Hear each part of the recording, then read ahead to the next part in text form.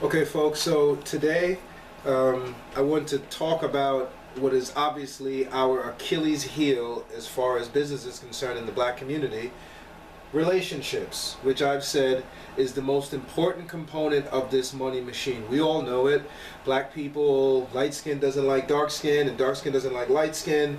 The Willie Lynch syndrome, we've been chopped up and divided and conquered in so many ways. I walk down the street sometimes and I see black women stare at me like they hate my guts. It's almost like it's almost like for my own mental health, I try not to make eye contact with black women, right?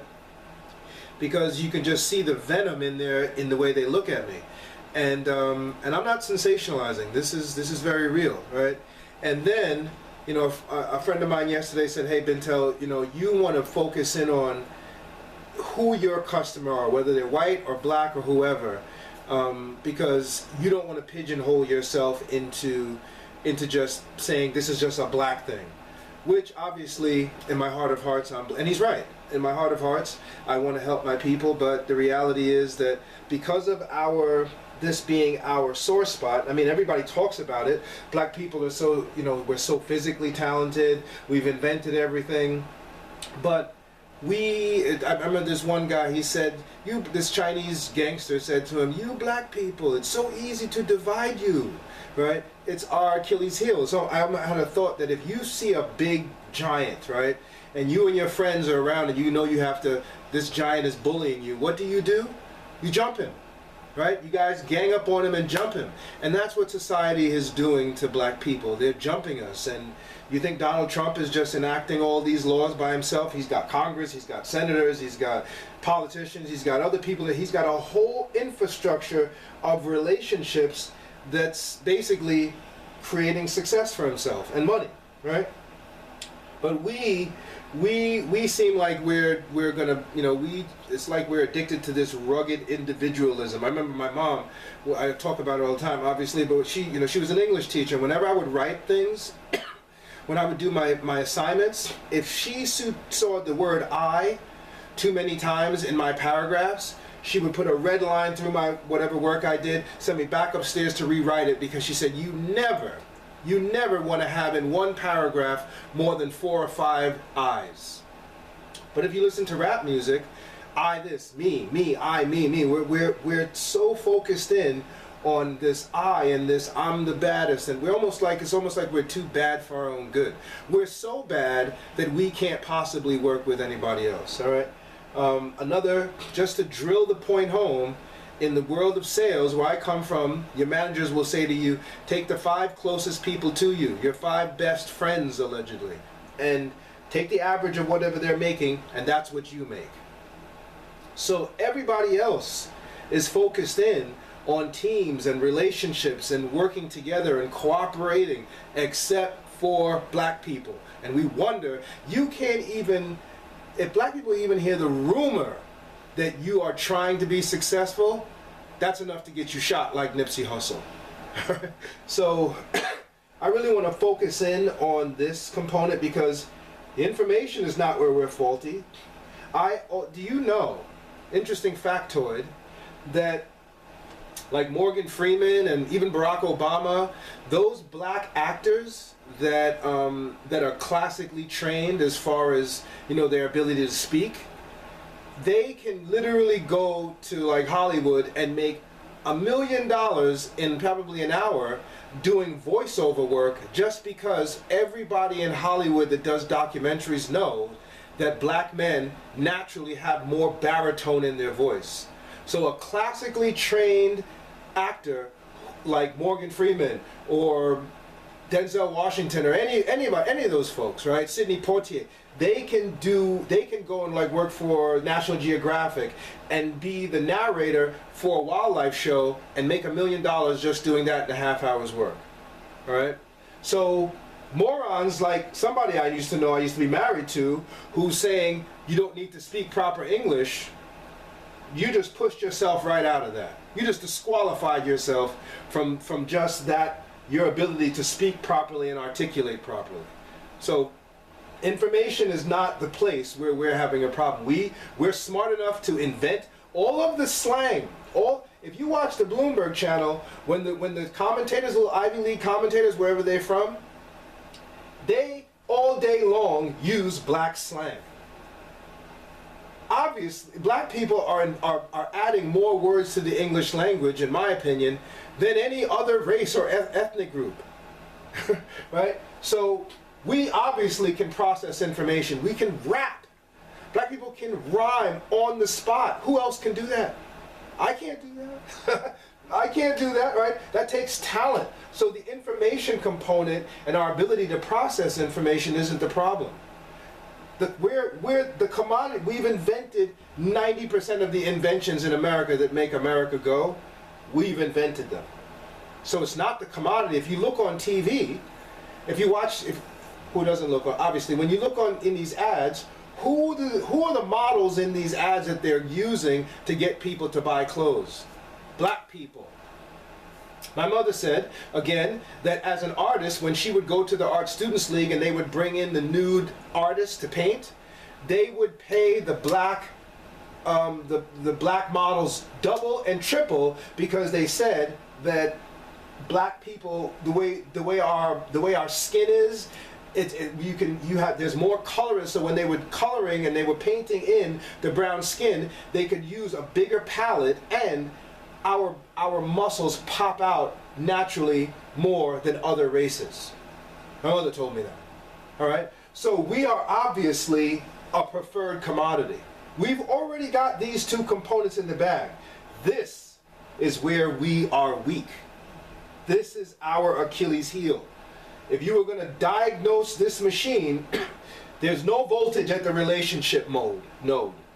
Nothing is here.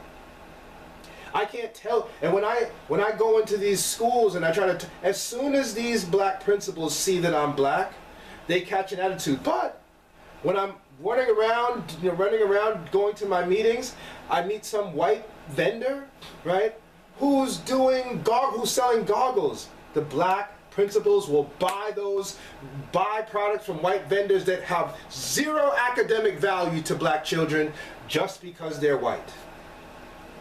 But the black principals, they don't want to have anything to do with me as a black vendor, especially the black women. And education is run 90% by black principals. So this is where we are weak. So I just want to take a moment, because I have this book here, right, that I happen to have written, and because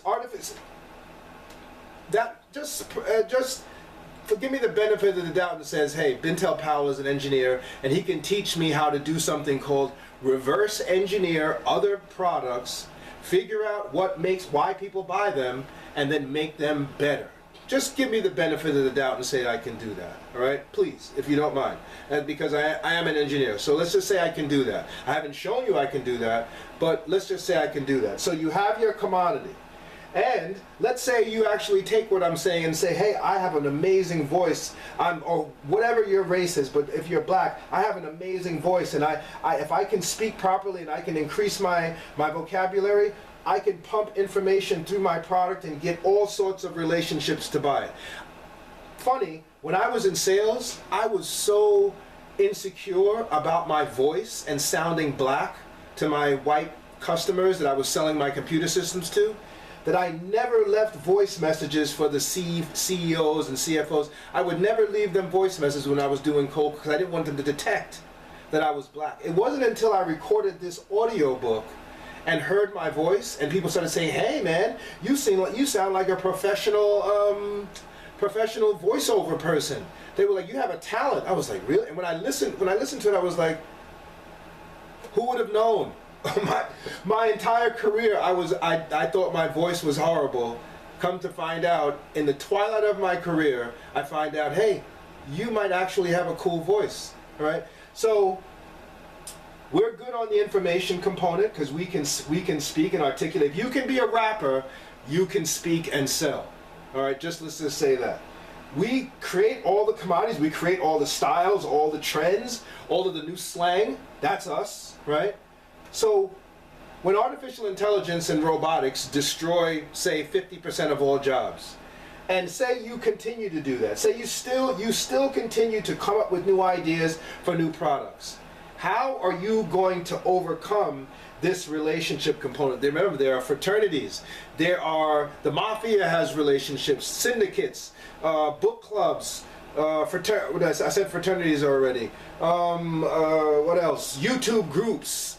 All these different types of relationships. The point I'm trying to make is, how many do you belong to? How many relationships do you have that are valuable? That if you come up with a commodity, how many of your relationships that you have currently right now will help you sell it to the world? Even if they will help you, how many of them can help you sell it to the world? If the answer is 0, like for many of us it is, that's a big problem. For me, honestly, I just knew from all those years hanging out in clubs and going to college, I just knew that when I came up with this amazing product, this money machine, this formula, I just thought that when I showed it to all my friends, they were going to be like, Bintel, this is amazing and this is going to help me. Nope. All right? I happen to be black. They basically stopped speaking to me. All right? So what are you going to do when you come up with your new products?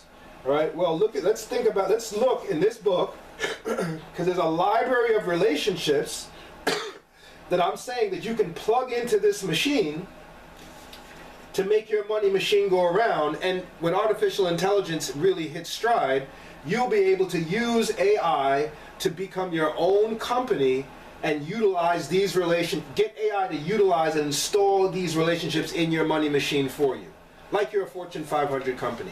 I said it in the last video, or the second to last video, every house is going to be a company unto itself. That's where we're headed, all right?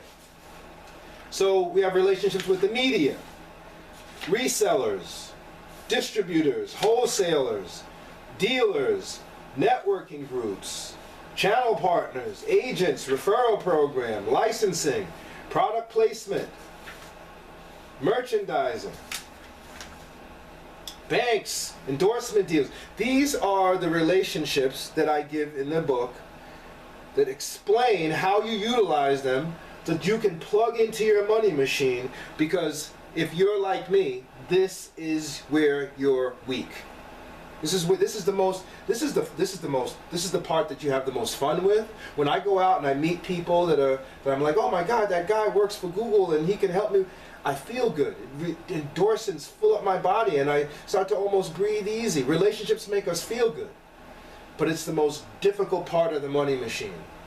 When I came home from college, I realized, and I said this before, I wanted to be an art dealer. I wanted to sell my mother's art. And I saw how all these little Jewish kids from private schools in Manhattan had the art and entertainment world on lock. I didn't want that to happen to my daughter. So I put her in the best private schools so that when she grew up, she wouldn't have to come home from college and find out that when she walked up to the VIP section of the best clubs and the best restaurants and the best museums to go to their events, the door would get shut in her face because she didn't have any of those relationships. I tried. All right? So the point of this video is, how many relationships do you have now that can help you complete this money machine? Because you're not going to meet valuable relationships on the corner smoking weed with Pookie and Moog Moog and Shug Shug on the corner. If you're on the corner, you know, what valuable relationships are you going to meet out there? You can sell some weed, might be able to sell some weed, but what else can you sell? Not much of anything. So if you don't have valuable relationships right now, I think it's time that you reassess the people who are around you and how you're presenting yourself to attract these relationships to you. Because valuable relationships, what do you think they want? They want the same thing you want. They want valuable relationships. Think about it.